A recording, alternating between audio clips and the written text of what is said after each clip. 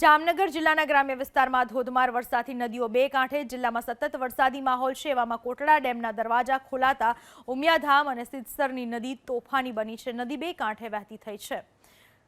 કોટડા ડેમના દરવાજા પણ ખોલવામાં આવ્યા છે, જેના પરિણામે નદી બે કાંઠે થઈ। જામનગર જિલ્લાના ગ્રામ્ય વિસ્તારમાં ધોધમાર વરસાદ વરસી રહ્યો છે। સતત વરસાદી માહોલ, એવામાં કોટડા ડેમના દરવાજા ખોલાતા ઉમિયાધામ સિદ્ધસરની નદી તોફાની બની છે।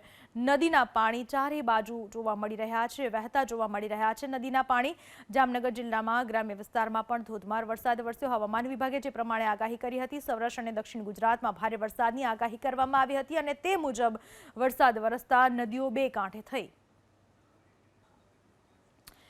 જામનગર જિલ્લાના ગ્રામ્ય વિસ્તારમાં ધોધમાર વરસાદથી નદીઓ બે કાંઠે જિલ્લામાં સતત વરસાદી માહોલ છે। એવામાં કોટડા ડેમના દરવાજા ખોલાતા ઉમિયાધામ અને સિદ્ધસરની નદી તોફાની બની છે। નદી બે કાંઠે વહેતી થઈ છે।